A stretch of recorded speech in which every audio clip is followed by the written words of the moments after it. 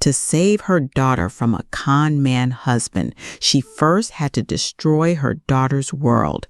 This is the story of a mother's cruel-to-be-kind revenge and their difficult path back to each other. Don't forget to subscribe for more powerful family stories. And my dear, your feedback means so much to me. Please let me know where you're watching from and whether you enjoyed this story. It's truly, truly important to me. Thank you so much. My name is Eleanor, and the faint silvery scar on my chest, just below my collarbone, tells a story. It's a story about the truth, about how telling the truth can be the most dangerous thing in the world, especially when you tell it to someone who doesn't want to hear it. The scar is from the scalding hot tomato soup my own daughter, my beloved Chloe, threw at me. That was her answer, her final choice. You might think this is a story about a family argument that went too far, but if you knew the truth I had just uncovered about her perfect husband, Greg, and the cold, meticulous revenge I began to plot for them both in the quiet, painful hours after she left, you'd understand that this wasn't just about soup. It was about a war for my daughter's soul, a war I had just lost. And so, a new war had to begin. Chloe had always been my world, especially after her father passed. I raised her to be strong, smart, independent. And then she met Greg. He was a contractor, a man with a charming smile, calloused hands, and a talent for making people believe he was the most honest, hard-working man on earth. Chloe fell for him, hard. And I, wanting her to be happy, tried to love him too. But there was always something about him that made my skin crawl, a flicker of something cold and calculating in his eyes, a way he'd talk about money, a hunger that he tried to disguise as ambition. Chloe was blinded by love. She saw a self-made man. I saw a predator in a tool belt. My suspicions started with small things. Chloe, who had always been so careful with her money, was suddenly always short. "We're saving for a big project," she'd say vaguely. But I'd see Greg with a new, expensive watch or hear them planning a lavish vacation I knew they couldn't afford on her teacher's salary and his inconsistent contracting work. He was draining her, slowly, but she refused to see it. I knew I couldn't just accuse him without proof. She would never believe me. She would see it as a mother's jealousy. So I did what a mother does. I started paying attention. I started looking for the truth. The inconvenient truth I needed to tell her wasn't about another woman. It was worse. Greg had a secret, a sickness, a gambling addiction. I found out by accident. I was helping Chloe clean out their garage one Saturday. Tucked away in the back of an old filing cabinet, I found a box of sealed, unopened envelopes. They were credit card statements, bank warnings, and threatening letters from online betting sites and loan sharks, all addressed to Greg at a P.O. box I didn't recognize. He was thousands, hundreds of thousands of dollars in debt. He wasn't just bad with money, he was drowning in it. And he was pulling my daughter down with him. The big project he was saving for wasn't a house. It was his next big loss. That night, my heart heavy, I sat Chloe down. I tried to be gentle. I showed her the letters. "Honey," I said softly, "Greg needs help. He's in trouble." I expected tears. I expected shock. I did not expect the rage. She stared at the letters, then at me, her face hardening. "You went through his things?" she hissed. "Chloe, I was just cleaning. I found them by accident. That's not the point. He's lying to you. The point is that you are always spying on him, always judging him. You've never thought he was good enough for me.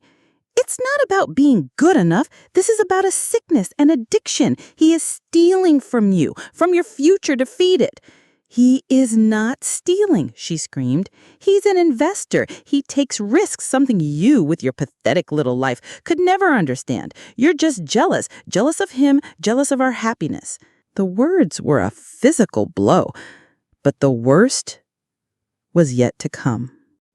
I had made soup for dinner that night, her favorite creamy tomato. It was still on the stove. In her rage, she stood up, her face twisted into a mask of pure hate I had never seen before. "You want to talk about the truth, Mom? Here's the truth. I am sick of you, sick of your judgment, your interference, your constant smothering concern." She grabbed the ladle from the pot, filled it with the hot, bubbling soup, and before I could even react, she threw it at me. The scalding liquid hit my chest and neck. The pain was instant, searing, a fire spreading across my skin. I screamed, stumbling back, clutching at myself. Through a blur of tears and pain, I saw her face. There was no remorse, no shock at what she had done, only a cold, triumphant fury. "Maybe that'll teach you to stay out of my life," she spat. She turned, grabbed her purse, and stormed out of my house, leaving me standing there burned and heartbroken, the smell of tomato soup filling the air like a taunt. I stood there for a long time, the physical pain a dull echo of the gaping wound in my soul. She hadn't just thrown soup at me. She had thrown away our entire life together, our love, our past. She had chosen him, her liar of a husband, over her own mother. She had answered my truth with violence. And as I stood there, the cold resolve began to form in the ashes of my heart. I had tried to save her. I had tried to give her the truth. She had rejected it? Fine.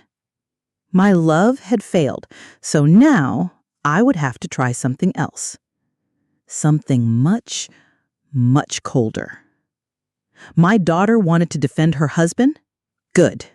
Soon, they would have to defend themselves against me. The burn on my chest healed faster than the one in my heart. For a week, I nursed my wound. The angry red welt, a constant physical reminder of my daughter's betrayal. I didn't hear from her. Not a call, not a text, not an apology.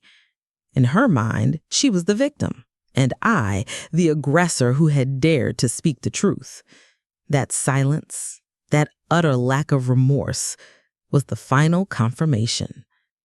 The loving mother in me, the one who would have forgiven anything, was gone, replaced by a woman with a singular, cold purpose. I had told her the truth, and she had answered with violence. Fine. I would now show her the consequences of that truth, and my answer would be far more devastating than a bowl of soup. My revenge had to be surgical. Ruining them financially was the obvious path, but I needed to do it in a way that would utterly dismantle the lie she was living, forcing her to see her perfect husband for the leech he was. I needed more than just the unopened letters I had found. I needed irrefutable proof of the full scale of his deceit. I still had a key to their house, the one I'd used for years to water their plants when they were on vacation, to let myself in, to cook them a meal when Chloe was sick. She and her arrogant fury had probably forgotten all about it. I waited for a day when I knew they would both be out for the entire afternoon. A Saturday, when Chloe had her yoga class and Greg, as she had once proudly told me, had his standing golf game with clients. Letting myself into their house felt like a violation, but I pushed the guilt down. They had violated my trust, my love, my very person. This was a necessary trespass. The house was immaculate, a testament to Chloe's obsessive neatness, but it felt cold, sterile. It was a showroom, not a home. I went straight to Greg's home office. It was a room I had rarely entered, his private sanctuary. I knew what I was looking for. Paperwork, Financial statements, loan applications, anything that would paint a clearer picture of his gambling addiction. His desk was surprisingly tidy. But people like Greg, people who live a double life, always have a tale, a place where they hide their secrets. I started searching. In locked drawers, in the back of filing cabinets, under loose floorboards. Nothing. Then I saw it. A small, expensive-looking leather briefcase tucked away on the top shelf of his closet behind a stack of old board games. It was locked. But a man like Greg, who believed himself to be smarter than everyone else, would have a simple combination. I tried the obvious ones. Their anniversary. His birthday. Her birthday. Nothing. Then I tried a different combination. 1189. The date of the day he met my daughter. The lock clicked open. The contents of that briefcase laid his entire rotten life bare. It was all there. Stacks of loan agreements from shady, high-interest online lenders, threats from bookies, and the most damning discovery of all, a folder full of credit card applications and bank statements in Chloe's name. My blood ran cold as I sifted through the papers. He hadn't just been using her money. He had been using her identity. He had opened multiple credit cards in her name, forging her signature, and had maxed them all out on online gambling sites. He had taken out a personal loan in her name, a loan she knew nothing about, using her good credit score to fund his addiction. He hadn't just been dragging her down with him. He was building a cage of debt around her, a cage that, when it finally snapped shut, would trap her completely, making her entirely dependent on him, the very man who was destroying her. This wasn't just deceit. This was a level of cold, calculated evil I could barely comprehend. This was the truth, the real, ugly, unforgivable truth, the truth I had to show my daughter, whether she wanted to see it or not. But how? If I just presented her with this, she and Greg would call me a liar, a thief who had broken into their home and forged documents. I needed to do this in a way that was undeniable, a way that would detonate in the middle of their carefully curated life and leave no doubt as to who the real villain was. I took pictures of every single document with my phone, every statement, every threatening letter, every forged signature. I put everything back in the briefcase, locked it, and placed it exactly where I had found it. I left the house as quietly as I had entered, a ghost leaving behind a ticking bomb. Back in the safety of my own home, I looked at the photos on my phone. I had the proof. Now I needed a plan. My revenge couldn't just be about exposing him to her. It had to be about liberating her from him, even against her will. It had to be public. It had to be final. And I knew just the way to do it. Chloe's 30th birthday was in a month, and she and Greg were planning a large, extravagant party at an expensive restaurant, a party designed to show off their success to all their friends.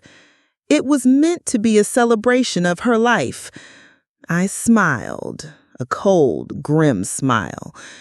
It would be a celebration, all right. It would be the celebration of the end of her life with him and the beginning of my payback. The invitations had already gone out, and I, the mother of the bride, was about to add a special presentation to the evening's festivities. The month leading up to Chloe's 30th birthday party was the longest, coldest month of my life. I became a ghost with a mission. By day, I was the quiet, heartbroken mother my daughter had cast aside. By night, I was a general, poring over the evidence I had gathered, assembling my weapons for the coming war. My living room was my command center, the floor covered in timelines, copies of bank statements, and printouts of credit card applications with my daughter's forged signature. Each document was a testament to his betrayal and her willful blindness. My rage didn't cool. It crystallized into something sharp, clear, and purposeful. I enlisted one person to help me, my late husband's younger brother, my brother-in-law, Joseph. He was a retired graphic designer, a tech-savvy man with a quiet disposition and a deep love for both me and his niece. I showed him everything. The fury in his eyes as he looked at the evidence mirrored my own. "That no-good son of a bitch," he breathed, his voice a low growl. "He's not just a gambler, he's a predator. What do you need me to do, Eleanor?" Together, we turned my collection of photographed documents into a weapon. Joseph helped me create a professional, devastating PowerPoint presentation. It was simple, elegant, and brutal. Each slide presented a new piece of evidence, a new layer of Greg's deceit, culminating in the forged loan applications and the threatening letters from his bookies. We put it all on a small, discreet flash drive that I kept in my purse like a loaded pistol. Chloe tried to contact me once during that month. A single cold text message. "My birthday is on the 25th. The party is at the Grandview. I expect you to be there and to behave yourself. Don't make a scene." No apology, no remorse, just a command. I didn't reply. My response would be delivered in person, at the Grandview, in front of all her friends. The night of the party, I dressed with care. I wore a simple but elegant black dress, the pearls my husband had given me, and a calm, serene expression that I hope betrayed none of the volcanic rage simmering beneath the surface. I walked into the lavishly decorated private room at the Grandview, a place clearly chosen to impress, and saw them holding court. Chloe, beautiful in a glittering silver dress, and Greg, a perfectly tailored suit, a confident smile on his face as he schmoozed with their friends. They were the picture of success, a power couple. And it was all a lie, funded by my daughter's future ruin. I played my part. I wished my daughter a happy birthday, my voice polite and my kiss on her cheek as cold as she deserved. I endured the condescending pleasantries from Greg. "So glad you could make it, Eleanor," he said, his smile all teeth. "We were worried you were still upset." "I wouldn't miss my daughter's 30th for the world," I replied, my own smile just as false. I waited until the toasts began. After her friends had made their gushing speeches, Greg took the microphone. He launched into a long, self-congratulatory speech about his wonderful wife, about their perfect life, about the bright future they were building together. It was sickening. As he was winding down, I made my move. I discreetly approached the DJ, a young man managing the music and the large projector screen behind the head table. I handed him the flash drive. "My daughter asked me to prepare a special birthday surprise for her, a little trip down memory lane. Could you please play this for me as soon as her husband finishes his speech?" The young man, seeing nothing but a sweet old mother, readily agreed. "Of course, ma'am." Greg finished his toast, raising his glass. "To my beautiful wife, Chloe, the love of my life." The room applauded. Chloe beamed, kissing him. "And now," the DJ's voice boomed over the speakers, "we have a special surprise presentation from the mother of the bride, Eleanor." A look of panic flashed across Chloe's face. Greg looked confused, then annoyed. All eyes turned to the large screen behind them. And my revenge began. The first slide appeared, a picture of their smiling faces, and next to it a copy of the first credit card statement with Chloe's forged signature clearly visible, the balance maxed out on online gambling sites. A confused murmur went through the crowd. The next slide, a picture of Greg's new, expensive watch, and next to it, the threatening letter from a loan shark. The murmuring grew louder. Slide after slide, Joseph had perfectly timed them to a slow, mournful piano track, a picture of their perfect life juxtaposed with the ugly secret reality of his lies, his theft, and his addiction. Chloe stared at the screen, her face ashen, her mouth hanging open in disbelief. Greg was frozen, his face a mask of pure panicked horror. He knew. He knew he was finished. The final slide was the loan application for $50,000, taken out in Chloe's name, the money funneled directly into an offshore betting account. The room was silent now. A thick, shocked silence. Everyone was staring, not at me, but at Greg, at Chloe, at the crumbling ruins of their perfect life. I stood up, with my glass of water in my hand. I walked to the front of the room. I looked at my daughter, at her tear-streaked, horrified face. Then I looked at her husband, the man who had destroyed her trust, the man who had prompted her to attack me. "Happy birthday, darling," I said, my voice clear and cold. And then I turned and walked out of the room, leaving them to the judgment of their friends and the devastating fallout of the truth. I went home after the party and slept for 10 solid hours, a deep, dreamless, and utterly exhausted sleep. The war was over. The bomb had been detonated. Now all that was left was to survey the wreckage. I felt no triumph, no joy. Just the quiet, grim satisfaction of a surgeon who has just completed a radical, painful but necessary amputation to save a patient's life. I had amputated my daughter's marriage. Now I had to wait and see if the patient would survive. I didn't have to wait long. She showed up on my doorstep the next afternoon. She looked like a ghost. Her glittering party dress was rumpled, her makeup was smeared down her tear-streaked face, and her eyes, once so full of defiant fire, were just empty, hollowed out. She didn't have her keys anymore. I'd had the locks changed the week before. She just stood on the porch, looking small and broken, until I opened the door. She didn't scream at me. She didn't rage. That I could have handled. Instead, she just looked at me with those empty eyes and whispered, "Why?" "You know why, Chloe," I said quietly, stepping aside to let her in. She sank onto my sofa, the same spot where she had sat just the month before, defending him, accusing me. "He's gone," she said, her voice a monotone. "I came home this morning and all his things were gone. He cleared out what was left of our joint account and disappeared. He left a note, said I was too much drama, said my crazy mother had ruined everything."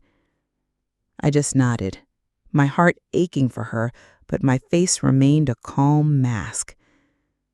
"You knew," she whispered, looking at me now, a flicker of her old anger returning. "You knew all of it, the gambling, the debts, the lies. And you let me live that lie. And then you did that. You humiliated me in front of everyone I know, my friends, my colleagues. You destroyed me, Mom, just to prove you were right." I sat down in the armchair across from her. I had prepared for this moment, for this accusation. "No, Chloe," I said, my voice even and steady. "I didn't destroy you. I saved you. And I didn't do it to prove I was right. I did it because it was the only way to make you see." I laid it all out for her, calmly, rationally. "I tried to tell you the truth quietly, lovingly, and you threw hot soup in my face for it. I tried to warn you, and you called me a jealous, manipulative monster.